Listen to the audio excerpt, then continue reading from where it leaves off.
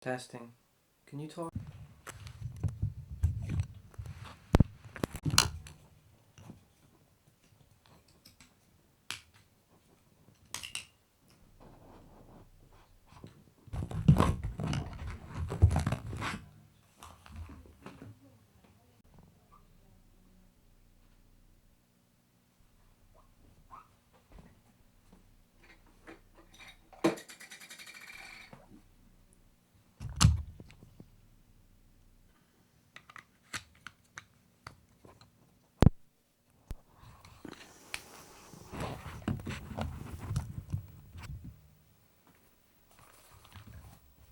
Can you talk? Hello, Okay, testing. gotcha. Um,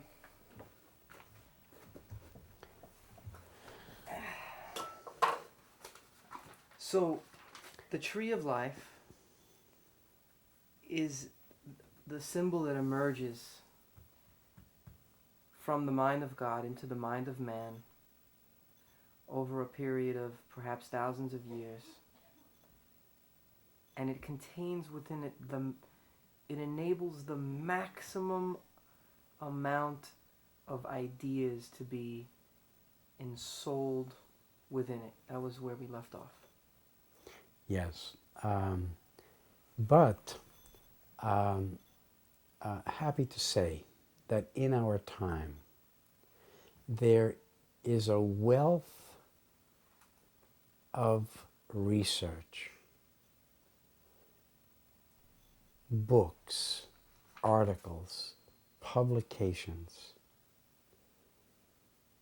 ancient texts being revitalized, republished, new treatises being written on this very ancient subject of the tree of life.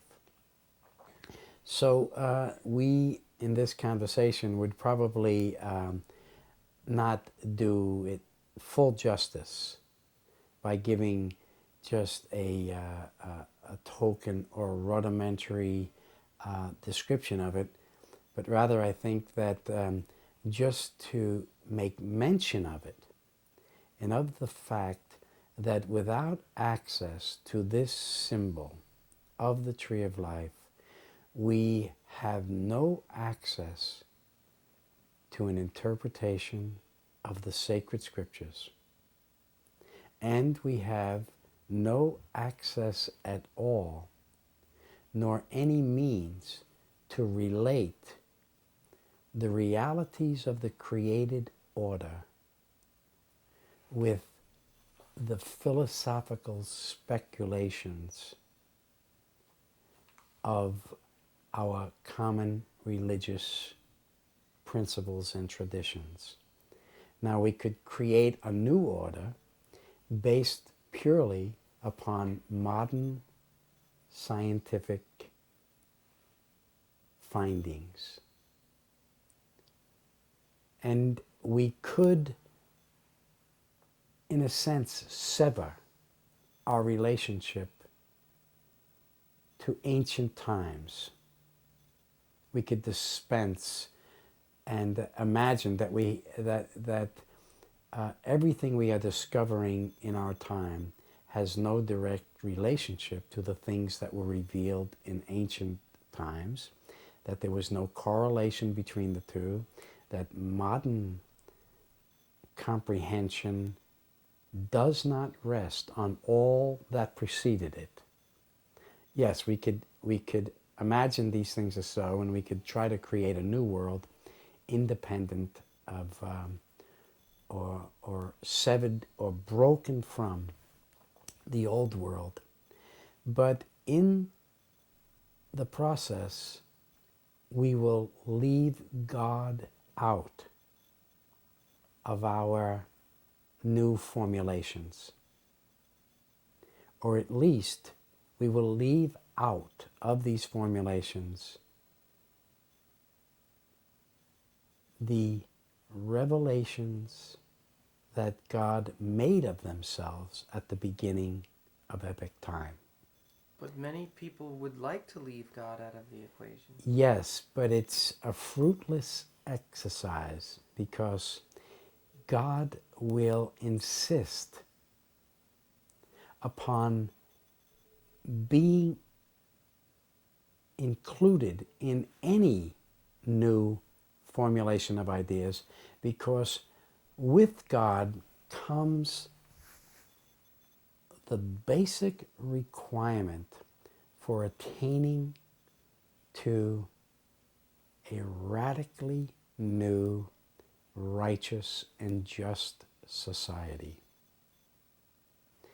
We could formulate our new ideas completely on liberal, democratic, scientific, social principles, such as the new global order is trying to impress upon the life of the planet. That would leave the old paradigm intact, even though it would appear in the guise of new thinking, new awareness.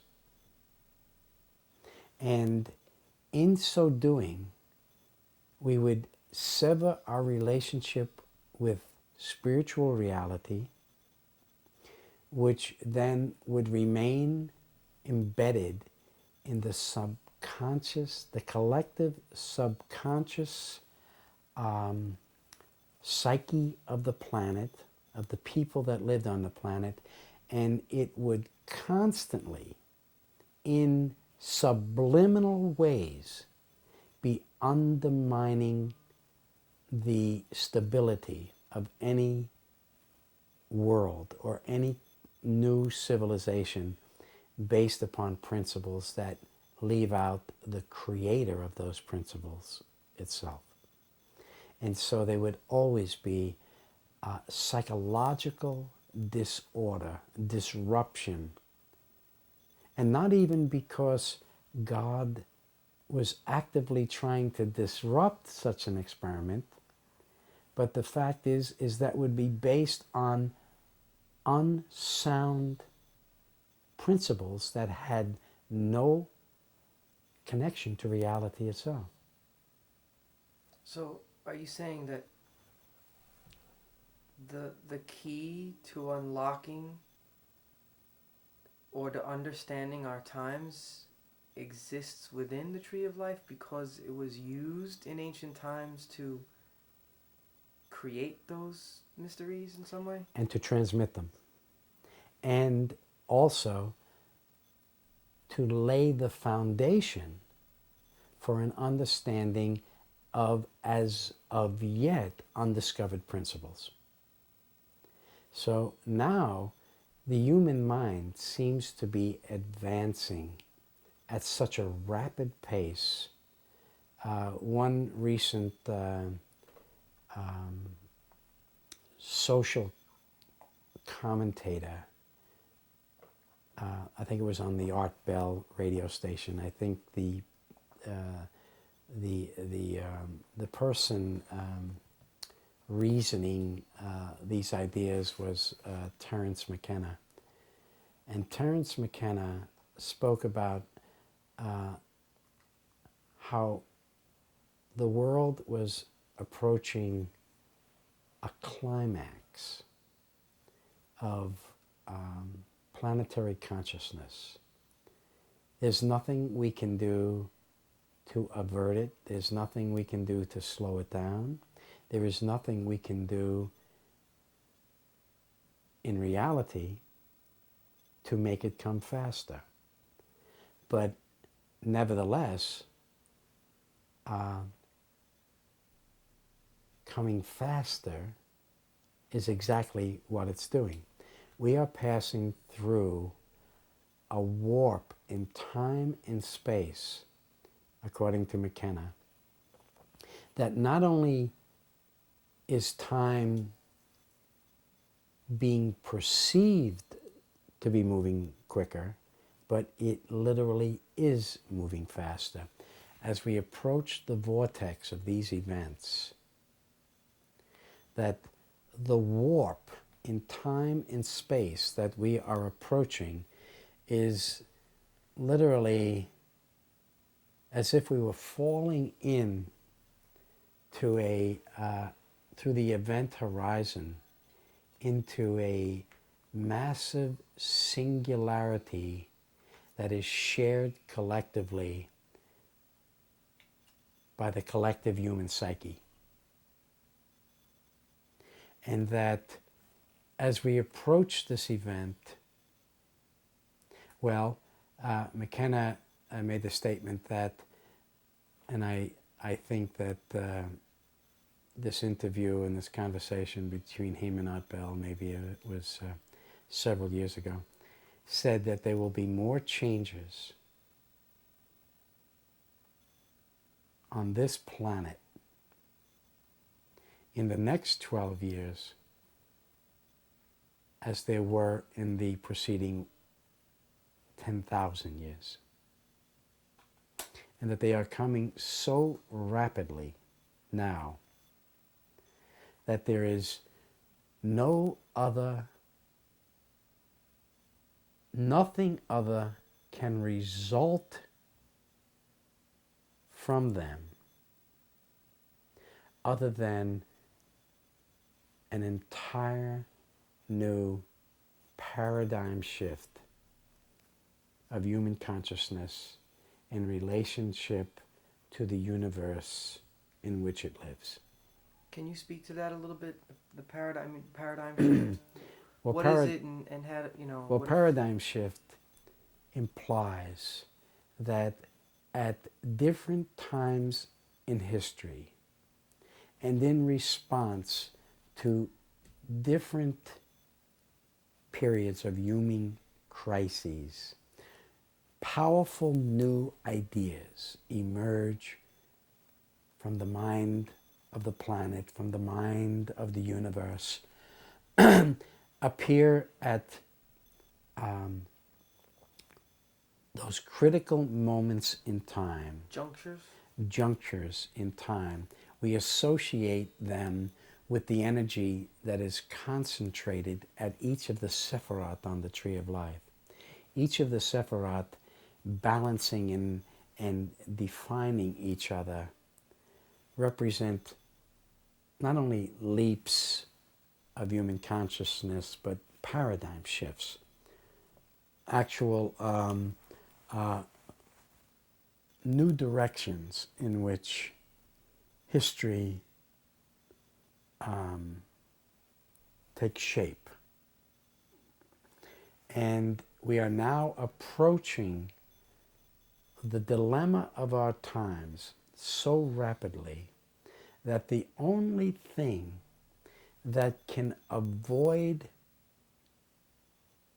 a cosmic clash with reality that would result in our absolute mutual destruction is a powerful new idea that grips the mind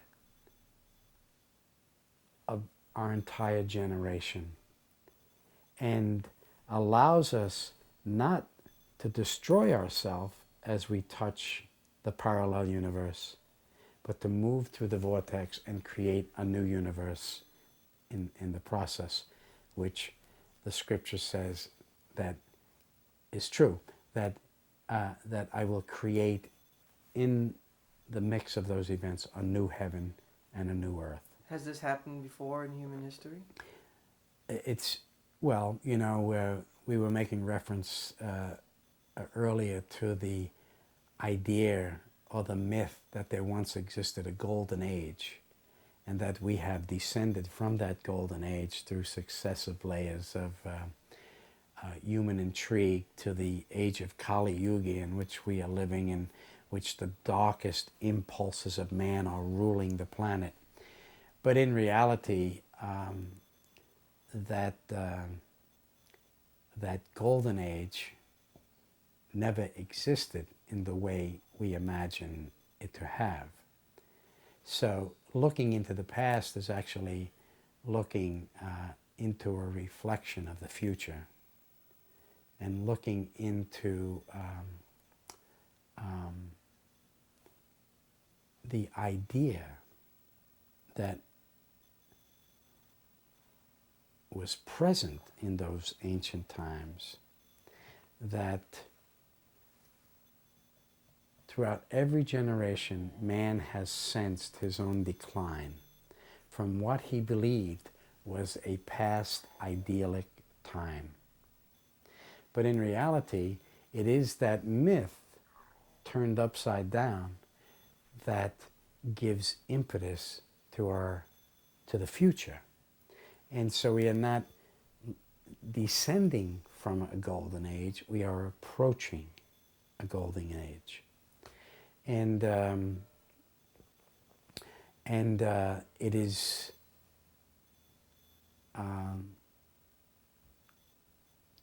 is man's innate desire to solve the riddle of his own existence which prompts in him the necessity for asking the proper questions once he has learned to ask them. And when he comes to that proper crisis in his own human development, his own historical development, he will, in the proper moment, ask the right question, and the universe will give the right answer, and the right answer will be sufficient to shift man's pathway from one of absolute self-annihilation to recreation. But you're speaking on, I believe that you're speaking as if the vortex we are about to pass through, and I agree with you, is the greatest transformative shift that humankind has known. However, have there not been other points in history where we've experienced paradigm shifts, just not to the same magnitude? For example, the time of Christ. Was that a paradigm shift? It was a paradigm shift that was confined to a small place in the planet among a small group of individuals. But it affected the course of human history all over the planet for Yes. the next 2,000 years. So it was, in essence, an image of the maximum paradigm shift that will take place in our time, and it actually provided the seed which was sown in the earth at that time, was sown with the anticipation that that which would grow from that seed would recreate an image of itself, of that paradigm shift, but in a way that is commensurate with the expansion of the universe itself and the expansion of human consciousness itself. So, in essence, all things that come to fruition are the result of generations of plantings that preceded it, and but just as the tree of life is an organic organism, is an organic thing, it's a growing, vibrant, living, expanding object, so is human consciousness expanding along with it. And so that which begins in small ways expands commensurately and has its effect in great, momentous, and historical ways. Can we get back to the tree of life? Sure. Well, first, what are some books that you could recommend to people who may be viewing this, which will at least initiate them into the most rudimentary concepts of Kabbalah and the Tree of Life, the structure of the Tree of Life, so that we don't have to re-expound? Well, there are, as we said, many very good books on the subject. There are some that are not so, some that are just penned in the popular vein, and they appeal to the superficial tendencies of individuals who are, just concerned with novelty. But there are some very serious books on the subject, and chief among them, of course, and almost everyone would agree, is all of the works by Gershom Shalom, who writes from the Jewish perspective of the Tree of Life, but nevertheless crosses over into the Gnostic, Hermetic, Christian, and even Buddhist dimensions of that discipline of study. Do all of those traditions you just mentioned share the mandala of the Tree of Life? Oh, absolutely. So and they all inform one another. So the Tree of Life comes to us most often and most specifically through the Kabbalistic tradition, but it is in fact something that you can find in any religious theistic faith? Well, the Judeo-Christian tradition, which we know is Kabbalah, is unique in the sense that it presents the teachings, these esoteric teachings, in the historical context. It places them in time and space, and then delineates the evolution of these ideas. And so we can follow them into the unfolding realities of our own time, but we can also trace them back to not only the origins of these ideas, but literally to the birth of those religions that we know in our time as Christianity and normative Judaism. And so the Kabbalah, which is a Hebrew name, which means received, or that which was received,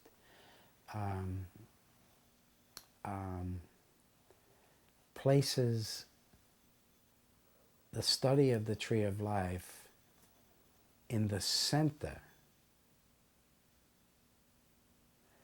of a discipline that transcends Judeo-Christianity and which comprehends everything that existed prior to Judeo-Christianity, and particularly those things that are revealed in the East, and everything that existed prior to Judeo-Christianity,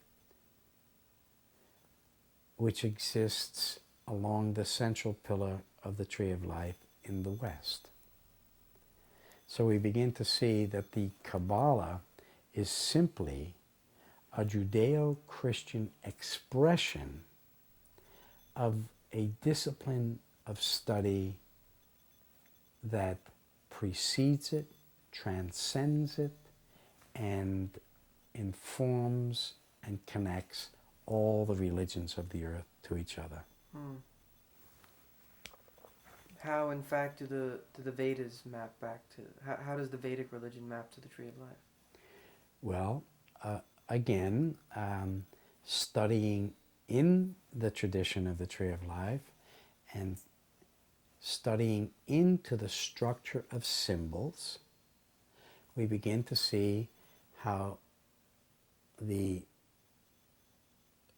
the theological structures of Vedic belief fit perfectly onto the theological structures of Judeo-Christian understanding. And when we take the figures of the gods of the Hindu tradition, Brahma, Vishnu, Shiva, and lay them down on top of the central mandala of the Christian mystery, we begin to see that the feet of Vishnu fall down on the structure of the symbol at the very same place as the feet of Christ in the symbol here at the western ends of the earth. And believing and accepting the historical proof and the facts that are implied everywhere in ancient and prophetical history, as well as in extra-biblical history, that the Garden of Eden is here in the West, and that the feet of this mystery are presently walking around here at the western ends of the earth, we make the simple correlation between one system and the other, and realize that both systems are anciently the same, both inform each other, and both give meaning to each other. And of course, there are, in addition to the many, many wonderful books that are now being published in the discipline of the Kabbalah, there are many good books that are expressing the Vedic origins of Christianity, the Buddhist origins of Christianity, the origins, the Egyptian origins of Christianity,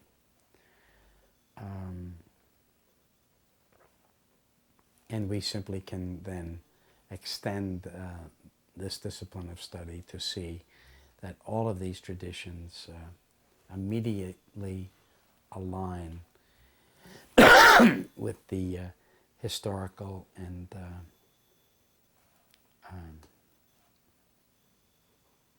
beliefs of Native American peoples. Okay, I'm anywhere. Yes. I mean, you can put that stuff down anywhere. Yeah. And you can read. I mean, Mike, I think you should have this by you. Well, this Yesterday, the Guidestones thing, you could have just read it right from the little thing that you hang on your board, you know?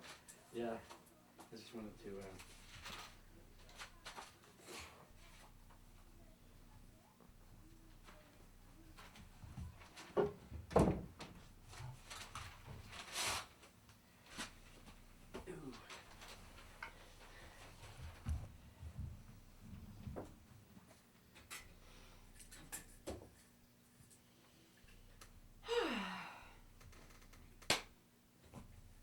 Well, hello there. Well, howdy! All day. All right. Go ahead. Do your business. Well, All right, tell me about this article this morning. the business at hand. Well, in our walk through Guerneville yesterday, Right?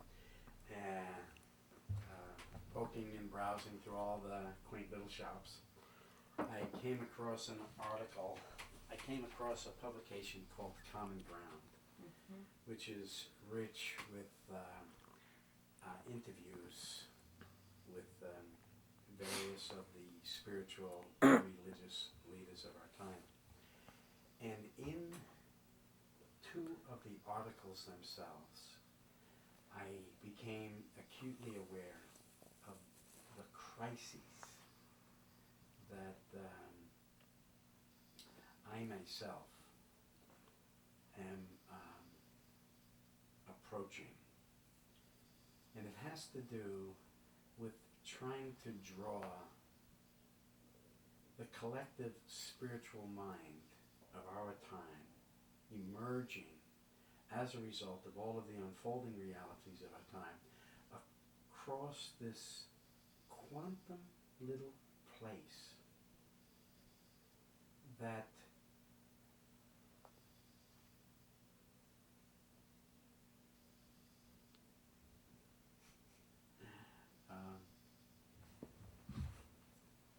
go back to this. I'm trying to get the juice.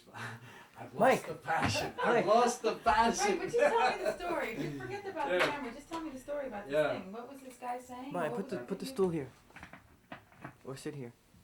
Um, Come back here, cause he's not looking at the camera. Okay, I'll sit on that chair then. Unless you want that chair. Okay, Okay. you sit on that chair. Okay. Yeah. in the article.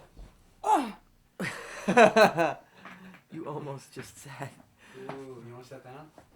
Yes. There's nothing. He did one of those, whatchamacallit? I don't know what you call Those it. threesome? Okay. Laurel and Hardy. I don't know if I'm going to be able to articulate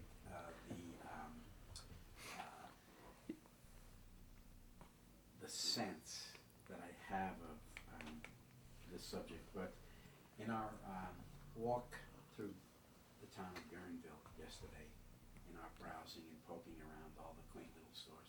Don't reenact. You said that. Okay. Talk to Maya. Just talk to Maya. Forget Okay. the camera. The camera's not even here. It doesn't All right. matter. All right. The camera's not We are here. here. Doesn't matter. It doesn't All matter. right. So And we won't say things like Guerneville, because just in case we have a little base camp set Don't up. worry, I can edit all that okay, stuff. you can edit all that. Just okay. Mike, we're hanging out. There's a kitchen table between us. Okay. Really. That's it. Don't have worry some about crackers. Well, we came across an edition of the winter 2001-2002 Common Ground. And in this article were two interviews that spoke clearly to the crises or the dilemma that I myself are facing in the context of the work that I and we have been doing. And it has a lot to do with bringing our collective spiritual mind across a quantum point into a space in which we allow the God of heaven and earth to intrude, to reveal themselves. In the article called Awakening the Spirit, Surya Das on Finding the Inner Light, Surya Das describes in the most sublime and in the most complete ways what it means to be a true Christian. Coming from a wholly Buddhist point of view, he describes the essence of Christ-conscious thought. Because the first century Christians were Buddhists. They were students of the traditional Theravedic doctrines of Buddhism. And as a result of this interchange, this commerce, spiritual commerce between Buddhism and Christianity, not only did the Essenes of the first century adopt clearly Buddhist ideas of looking into the reality of the soul, but the Buddhists took ideas away with them to the East that affected the future course of Buddhist consciousness itself, which resulted in the ultimate formulation of the Mahayana higher school of Buddhism, which found its way to Tibet and whose teachings are now returning to the West. So, Right. In the last 30 years, 40 years. Yes. since the 60s and 70s, when the first Yes. teachers felt compelled to come and start teaching Western. Yes, and we must put these things in context of what the God of heaven and earth is bringing to pass in the earth. So I read the article, and I read the question by Virginia Lee. It says, "What is the Buddha nature?" Surya Das says it is important to become a Buddha, more important to become a Buddha than a Buddhist. The Buddha nature means our true nature, our higher spiritual self, the divine within, if you like. Zen calls it our original nature. This is the very basis for Christ conscious thought. These are the ideas that we gather without any prior contact to Buddhist teachings, which we gather out of the teachings of the prophets as they are expounded by the adepts in New Testament consciousness. So You mean to become Christ, not just do Christian things, but to become Christ yourself. Yes, absolutely. It's the essence of Christian thought. Know ye not that Christ is in you? And so the foundations of Christianity are intricate and are formulated out of the essence of Buddhist thought. But they have a Western nature to their application. And so when we compare the relationship between Buddhism and Christianity, we must, of course, have access again to the oracles. When we are studying the oracle of the Tree of Life, we see that the Tree of Life, the structure of the Tree of Life, upon which we discover the essence of both religious traditions. The Tree of Life has a Western dimension to it. It also has an Eastern dimension to it. And running through the center of this oracle, which we know as the Tree of Life, is a central pillar. And this central pillar connects heaven to earth, the past to the present, and in every geo-metaphorical way, the East to the West. And so as we study the oracle, meditate on the mandala, we begin to see that in this Eastern dimension of the Tree of Life, which when we stand the Tree of Life up and study it erect, we begin to see that the Eastern dimension is also the higher dimension. It is the supernal dimension of the oracle. We begin to see that along the central pillar of this Tree of Life is those things that are hidden in the very center of human consciousness itself. And we must attain to that center in order to awaken to this inner light and to the spirit that dwells eternally within not only every living soul, but within the consciousness of the universe itself. So when we read the article, we come to the paragraph, the question which says, would you say that inner light comes from God? And Surya Das says, I would say that the inner light is God's country. And this is the mystery of Judeo-Christianity, is to find our way in to God's country, the promised land.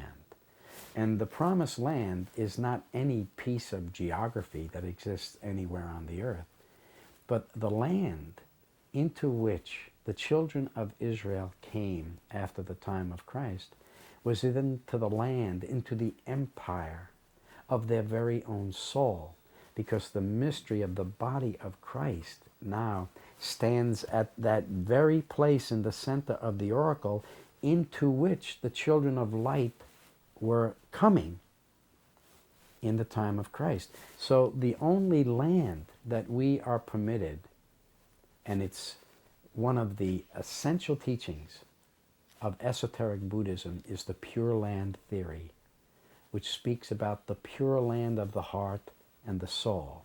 This is the essence of Christian teachings. And so we begin to see that the children of Israel, when they entered into this pure land of the inner light, they were now passing through the wilderness of this age on their way to the completion, to the place where the sun is setting at the western ends of the earth. And we begin to see that we have come to that place in time and space. We have come out of the east. We have arrived here at the west. And not only that, but have all of these teachings arrived here with us. All of the mysteries, the esoteric dimensions of all religious thought are arriving here at the west at this very critical time in history. But we have been given a time of peace, relative peace here in the West, free from the trammels of war and social disorder, but not without the right economy of suffering and deprivation, so as to ignite in us the need to understand more deeply into the structure of God's righteousness. But seek the East. pardon me? Out of that, to seek the East, the Eastern schools of thought. Yes. As many of us look towards them and starting to read them. Yes. But we begin to also see that as we approach the dawn of this new age, it is as if we are coming to a post-biblical state of consciousness in which the teachings of the prophets, which seem so filled with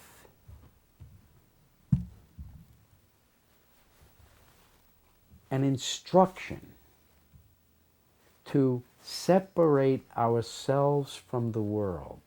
Because in the teachings, the Western teachings of the law and the prophet, there is a clear demarcation, a prophetic insight into the essential difference between good and evil, light and darkness. Now these things, of course, only have their meaning in the lower world to which we have descended. In the higher world of Buddha consciousness, we understand there is no duality, that all things flow from the same light of the universe as all other things. So when we enter into the higher worlds of this pure land, into Buddha or Christ consciousness, we see that all things flow from the one, the good and the evil alike, the night and the day. Everything that appears in their dualistic relationship to each other literally inform and give meaning to each other at the next higher stage of human consciousness. But nevertheless, God has created a lower world in which we live and breathe and have our being. It is here at that lower level of human consciousness that the school of God's creative design is being worked out to perfection. It is... And that's on the western side. Well, it is metaphorically happening here at the western ends of the earth. Again, one must take a little journey into the work we have been doing in the commentary of the Tree of Life to see the design and the structure of these ideas that we are trying to share. But it has to do with realizing that this great cycle, this great circle of human history is a Western phenomena. It begins in the Garden of Eden with the idea of the Tree of Life, and it ends as we come full circle back to the Garden of Eden again, and back to the words which say, "To those who overcome will I give to eat of the Tree of Life, which is in the midst of the paradise of God." And so when we reason that having come to the western ends of the earth, and it's just for just to establish the thought without contention at the moment, let's just take it by faith that the premise that we are operating on is a correct one, that we have indeed returned to the lower Garden of Eden. We have returned full circle to the roots and the meaning and the origin of this great epic historical mystery. Let's just accept it for the moment. Having returned to this place, we see that there is something essentially different between the state of Eastern consciousness, which informs our own, and the state of Western consciousness, which is in the process of unfolding in a great historic and epic way. As we study the structure of the Tree of Life, we see that the Buddha appeared, Gautama appeared 2,500 years ago at that place in the metaphysical scheme of things that we relate to the root, the central pillar of the Tree of Enlightenment. And the Buddha will, as the story goes, he will come to the southern part of the tree, the trunk of the tree, and the world will fall out of balance. So Gautama gets up and he walks to the western side of the tree. And again, the world tilts out of balance. And likewise, when he comes to the north part of the tree, it's not until the Buddha turns and comes around to the eastern part of the tree that the world settles into a state of perfect balance and equilibrium.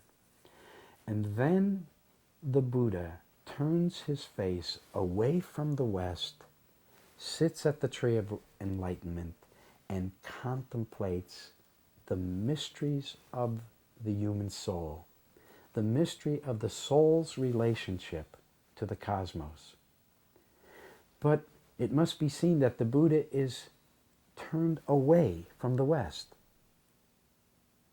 What does that mean? Well, you see, what we begin to understand as a result is that everything that the mind of the universe taught the Buddha sitting at that tree was subjective in nature. Everything, he was speaking to the inner soul. He was not speaking to the outer reality. He was, in essence, God who metaphorically dwells in the sum of Eastern consciousness. This is where God dwells. So if we can understand it at a deep metaphysical way, the Buddha was literally God sitting at the tree contemplating himself and not revealing himself to himself because he already knows himself. And why is this subjective?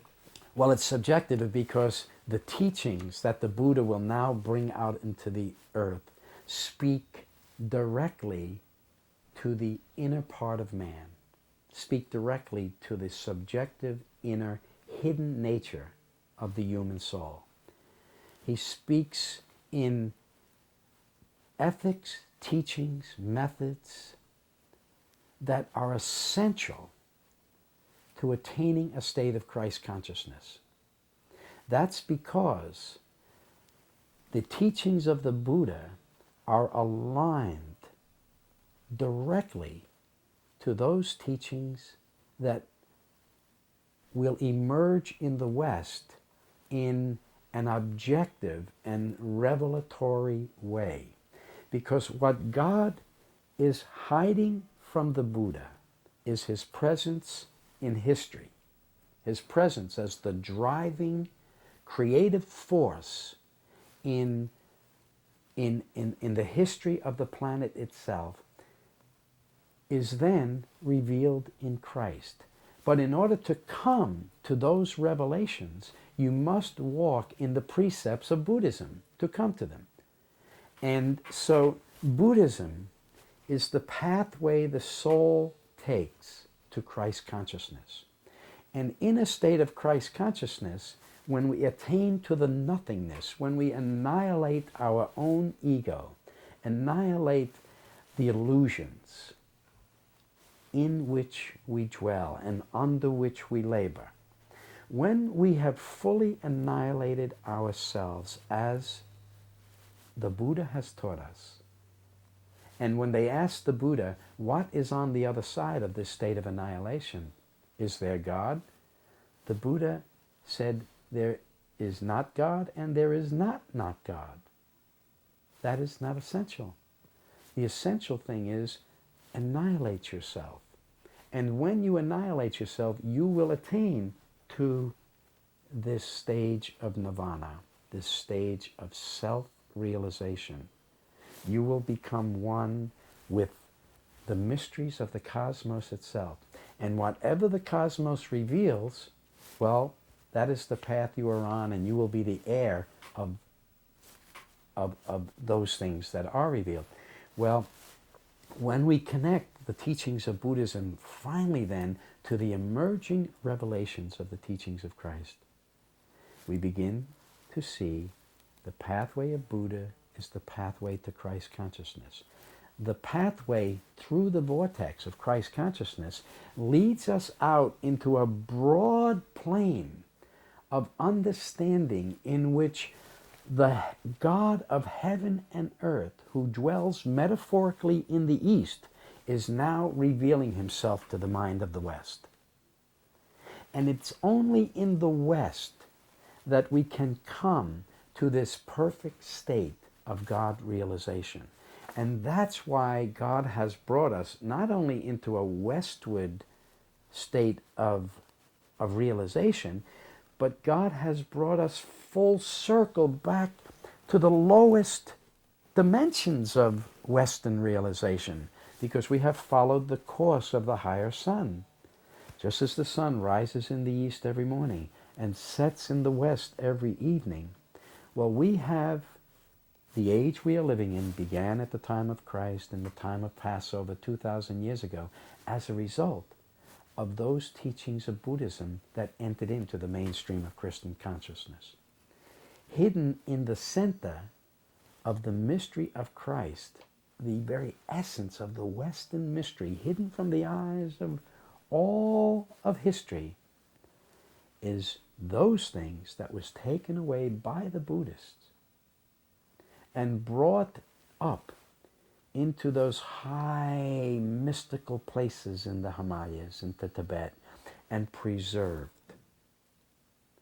throughout the centuries of history until such a time as humankind has need of those mysteries again. Is that why we're seeing in the past century Buddhism and the Eastern philosophies being brought in such a wide scale to the Americas? Absolutely, because it is here where this great re-merging of all of these teachings, these esoteric underlying meanings behind our common religious tradition, are being reintroduced to each other. It is only here in the West where we see everyone coming from the East, Buddhists, Christians, Jews, Muslim, Hindus, returning back to and reassimilating the teachings of indigenous peoples of this continent, beginning to understand how there is not a separate religion in the earth. There is only one true religion in the earth. Surya Das and all of the teachers of every religious tradition assert the same. It is the religion of love. Nevertheless, there are historical, scientific, metaphysical elements to this revelation that completes love and that connects us in every other intellectual and heartfelt way to the mind of the universe itself, which is God. God in whose image we are created. God who is not merely an ethic. God who is not merely a scientific principle, but God who is the living reality of the universe itself. And it's here in the West where this revelation is taking place. As we follow the elements of this interview, we wish in our own work that we could have expressed these things with such clarity and articulation as Surya Das has expressed them. And we would love to make them, I would love to make them the very foundation, the very introduction to my own work, because it is said with so much more clarity and finesse and articulation. So I'm following the article, and I am enwrapped in every explanation that Surya Das is giving. But finally, when I come, and we come to the end of the article, Surya Das is asked, if you had a half hour with the president, how would you persuade him to choose a non-violent path? And would it even work? Here is the crux, the essence of that difference which separates merely New Age spiritual consciousness with the mysteries of the prophets themselves. The prophets bring our mind into a whole new field of understanding our relationship to the universe and our relationship to God. Surya Das, for all of his wonderful sophistication and insights into the ways of the soul, has not a revelation of God. He falls short there only in the sense that as we move into New Age consciousness, into a post-biblical frame of mind, we have this tendency to leave behind the teachings of the prophets because they seem to create divisiveness in the world.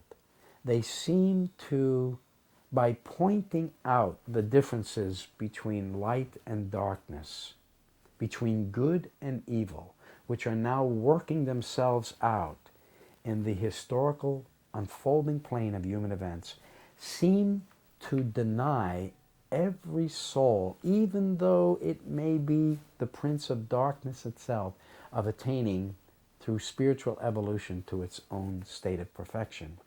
So therefore, in this state of New Age consciousness, Surya Das can even entertain the thought of sitting with the President of the United States, imagining, not that Surya Das believes he can change the course of history or alter the consciousness of this most powerful of world rulers, but nevertheless, he does not see him for who it is.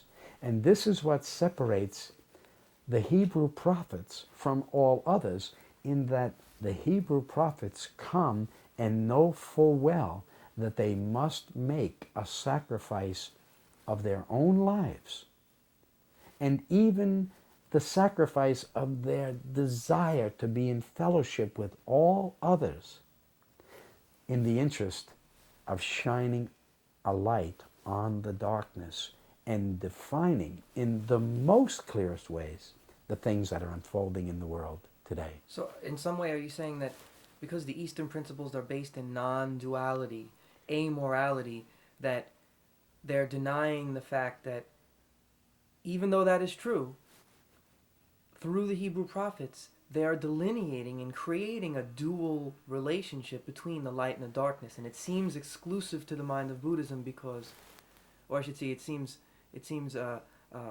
rejecting or pushing away of the concept of Buddhism because they're trying to merge it and bring it all back together when in fact both are true. Exactly. The point is that the pathway to Christ consciousness is through Buddhist consciousness. Is one higher than the other? No, one informs the other. However, because the Judeo-Christian prophetic tradition that is the very foundation of Western history seems to create within the structure of its own living reality and seems a division. It seems to suggest that duality is the essential element of creation, when of course it is not. Duality is the essential element of our sojourn in the lower world, because it is here in these lower dimensions that God is bringing us to a state of self-realization. We must understand, before we can inherit the age to come and the world to come, that we have latent elements of evil and darkness within ourselves, because God contains these realizations within themselves. Time out.